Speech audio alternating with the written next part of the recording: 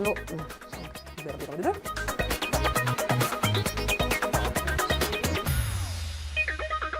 Pa začnemo. Zdravo, kralji! Gledate spletni infodrom, v katerem bomo odgovarjali spet na vaše vprašanja in eno izmed najpogostejših vprašanj je bilo, do kdaj bo potekal pouk na daljavo. A vemo? Glej naprej, mogoče pa vemo. Druga stvar, o kateri bomo danes govorili, je, kako gre iskanje cepiva slovenskim raziskovalcem. A jim gre? Zelo dober. Direktno z balkona pa se nam bo na začetku javila Ranja. Akcija! Od jutra nam pišete, da s spletnimi učilnicami ni čisto nič drugače, kot je bilo včeraj. Poglejmo, nič ne dela, spet ne delajo spletne učilnice, zelo slabo, šteka spet, slabše dela kot včeraj, grozno, spletne učilnice ne delajo, vse se je sesul. Nekdo je celo pohvalil, dobro, bolje kot včeraj. Kako bo, če bomo vsi uporabljali tudi prva triada, če bo šla slučajno na delo doma? Arnes je sporočil, da trenutno ura je skoraj 11, ponovno nadaljuje spletne učilnice. Se v imenu Arnesa opravičujemo staršem, otrokom, učiteljem, da imajo motnje pri učenju in poučevanju na daljavo. Ampak spletne učilnice so pa zdaj, ko smo tisto ozko grlo sprostili, se je na drugem delu infrastrukture pojavila napaka. To je zdaj pač nekaj, kar se žal dogaja, ker sistem tak velik kompleksno v večkratnem povečanju porabe hitro organsko raste. In je pač večja nevarnost, oziroma večja verjetnost, da ko eno ozko grlo odpraviš, da se nekje druge pokaže drugo ali pa da se neka nepričakovana napaka. In to zdaj poskušajo odpravljati tehniki. Hkrati pa še vedno niso dobili vso opremo, ki so jo naročili, da bi nadgradili sistem, da bi bolje deloval. V prihodnjih dneh bodo to opremo dobili in povečali zmogljivost. Mi se sprašujemo, zakaj po spomladanski izkušnji tega že niso storili. Pravijo, da so na trgu, kjer kupujejo to opremo, razmere prav tako zaostrene in da jo je težje dobiti. Torej, držim pesti, da bomo jutri lahko poročali, da je to drugače. Zdaj pa se nam oglaša Ranja, ki nam bo povedala, kako je včeraj potekal prvi šolski dan šolanja na daljavo. Izvoli, Ranja. Torej, delamo preko skupine Microsoft Teams in tudi preko OneNote. V Teamsih imamo različne skupine za različni predmet in imamo tudi skupino našega razreda, kjer nam učiteljica objavlja kakšne podatke nove ali kaj in se tudi med sabo pogovarjamo. Pri vsakem predmetu imamo recimo videoklic ali pa nam pošljajo snov in jo samo naredimo in jo potem pošljemo preko OneNote, torej v naš zvezek, ki si ga naredimo in imamo tam različne vse predmete si zapišemo in potem tam notri pošiljamo vse dokaze v delo, torej da učitelji vidijo, da zares delamo. Ni bilo ne vem kako težko, je bilo v bistvu dosti lahko, zato ker smo vedeli že precej stvari od prejšnjega šolskega leta, ko smo imeli isto online pouk.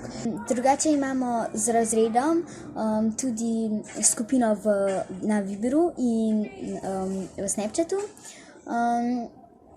in se pač pogovarjamo med sabo, se hecamo in v bistvu se tudi recimo pogovarjamo o šolskih stvarih, recimo ne vem, kaj je za domačo nalogo ali kdaj pišemo kaj ali kaj takega. 11 cepiv po svetu je trenutno v zadnjih fazah testiranja, kar pomeni, da bi lahko bilo cepivo v naslednjih mesecih že na voljo za uporabo. No, tudi naši slovenski ekipi na Kemijskem inštitutu gre razvoj cepiva zelo dobro od rok našega otroškega poročevalca. Alija je zanimalo, kaj se trenutno dogaja s slovenskim cepivom proti novemu koronavirusu.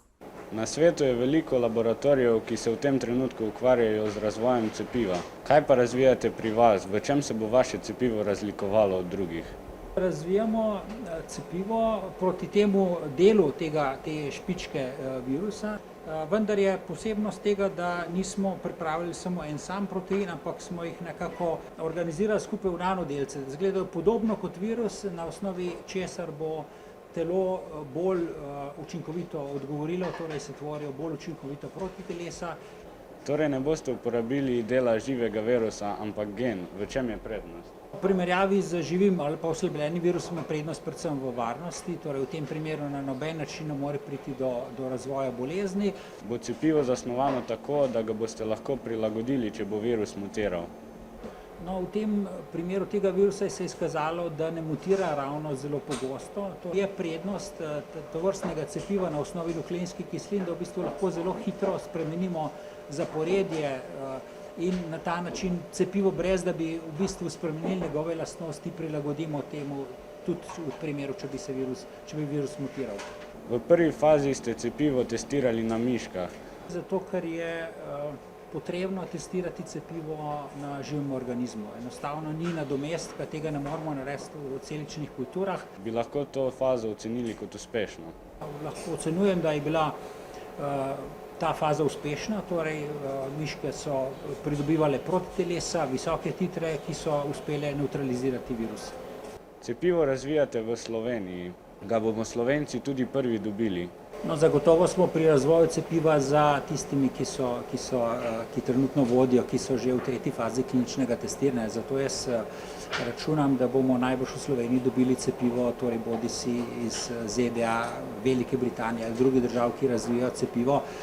Če pa bo naše cepivo prišlo čez klinično testiranje, je možnost proizvodnje cepiva za 2 milijona relativno enostavna. Torej, potrebnega je mogoče en teden fermentacij, da pripravimo zadosti DNK, da bi lahko s tem cepili vse Slovence. In še zmagovalec med vašimi vprašanji. Ali bo pouk nadaljavo potekal tudi po počitnicah? In če smo še bolj konkretni, Iza na Snapchatu sprašuje, če je za 30 dni razglašena epidemija, ali to pomeni, da še 30 dni sigurno ne gremo v šolo in bo še vsaj 30 dni pouk potekal od doma. Hvala za vaš odgovor. Ni zakaj, Iza? Zdaj ga dobiš. Kot veste, ste doma tisti od 6. do 9. razreda in pa srednješolci. O tem, ali ostanete doma še naprej, bo nekje sredi počitnic odločala ministrica oziroma Ministrstvo za izobraževanje skupaj z vlado.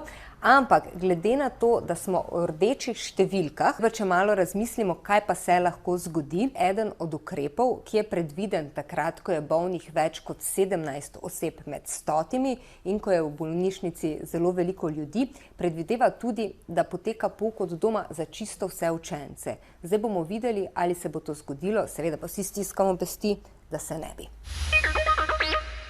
In še eno vprašanje, Julijo zanima, ali je Goriška res na rdečem seznamu? Nekje piše, da je, nekje pa da ne. Pa še smiley face je zraven dodala. Zdaj, če se s kamero premaknemo sem, vidimo, da je v goriški statistični regiji okuženih 237 oseb na 100 tisoč prebivalcev, kar je več kot 140 in goriška regija je na rdečem seznamu. Edina, ki ni na rdečem seznamu, je Primorsko-Notranjska. Tako, nekaj smo povedali, ne?